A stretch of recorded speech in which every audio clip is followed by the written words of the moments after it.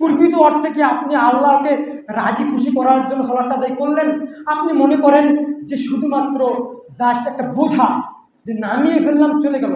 কিন্তু সালাত কোনো বোঝা নয়। সালাত হলো অন্তর থেকে ফিল করার জিনিস। সালাত হলো আল্লাহকে চাওয়ার জিনিস, আল্লাহর সাথে সুসম্পর্ক করার জিনিস। কিন্তু আপনি সালাত আদায় করেন, কিন্তু আপনার সালাতটা আপনার হারাম কাজ থেকে বিরত রাখে না।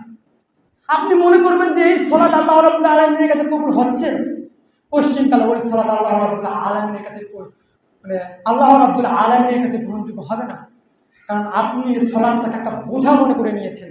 যে মসজিদে আসলেন, ইমাম সাহেব এত করে বলছে, পরিবার থেকে এত করে বলছে, চাঁদ এত করে দিচ্ছে, জাস্ট শুধু একটা বোঝা নামানোর জন্য মসজিদে আসলাম, ফ্যান দিলাম, উজু করলাম, 4টা সিজদা দিলাম, চলে গেলাম। কিন্তু আপনার অন্তর থেকে, আপনার ভিতর থেকে কোনো ফিল আসলো না যে আসলে